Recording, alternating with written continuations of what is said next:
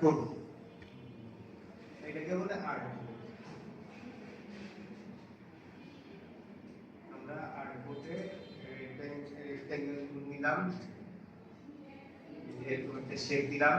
এখন এখানে একটা ব্ল্যাক কালার ছাড়া আর কিছু কিন্তু দেখা যাচ্ছে না। এই ব্ল্যাক কালারটা এটা হচ্ছে স্টোক কালার, আর ভিতরের যে কালারটা সেটা হচ্ছে ফিল কালার। আবার দেখেন আমি চেঞ্জ করে দিচ্ছি, এই যে সুইপ করে দিচ্ছি। সুইপ করে দেওয়ার পর বাইরের কালারটা ভিতরে চলে আসছে, ভিতরের কালারটা বাইরে চলে গেছে। এখন আমরা এখান থেকে কালার চেঞ্জ করতে পারি। এখানে ডাবল ক্লিক করলে কালার চলে আসবে। এই যে আমরা দিয়ে দিলাম রেড। এখন এইখানে আমরা দিয়ে দিলাম হচ্ছে ব্ল্যাক।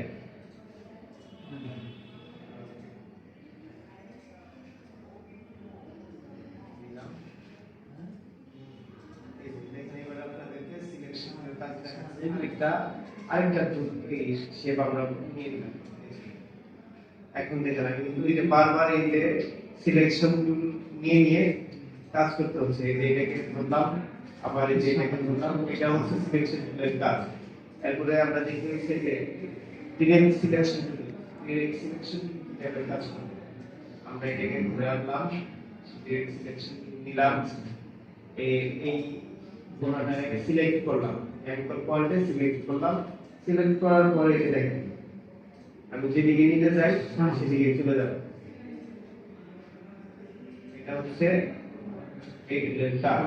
এরপরে হচ্ছে এখানে আরেকটা টুল আছে গ্রুপ সিলেকশন টুল। এইটা হচ্ছে আপনার কাজটা হচ্ছে দেখা গেল আপনার আরো একটা শেপ আমরা ক্রিয়েট করে নিলাম, তখন ওটার কাজটা সুন্দর করে। এই যে আরেকটা টুল হচ্ছে টাইপ টুল। টাইপ টুলের কাজ হচ্ছে লেখালেখি। দেখলাম সিলেকশন নিয়ে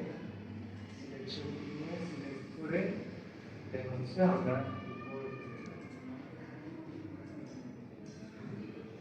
বুঝতেছেন আমার? জি স্যার।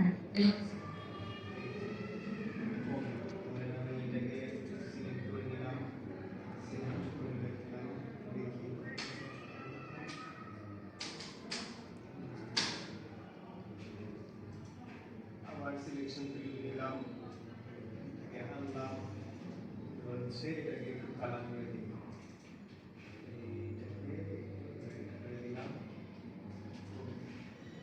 এটাতে আমরা হচ্ছে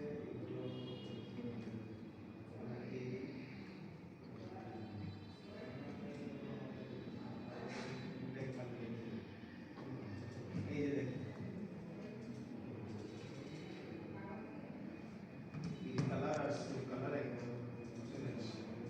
আবার আপনি যদি চান যে আমরা কিন্তু যে ইয়াটা বাড়াই দিচ্ছি, টাইপ টুলের যে ইয়াটা আমরা বাড়াই দিচ্ছি।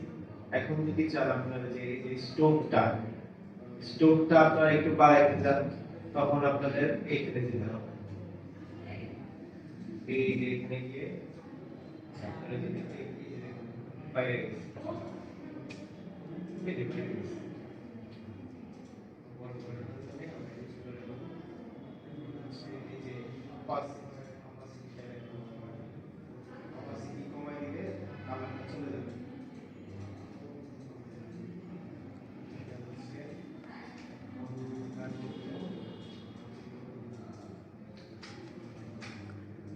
আমার একটু তো বুঝছেন আপনারা সবাই? সবাই বুঝলে একটু টাইপ টুল নিয়ে একটু কাজ করেন, টাইপ টুলে লিখেন আর একটু কালার দেন।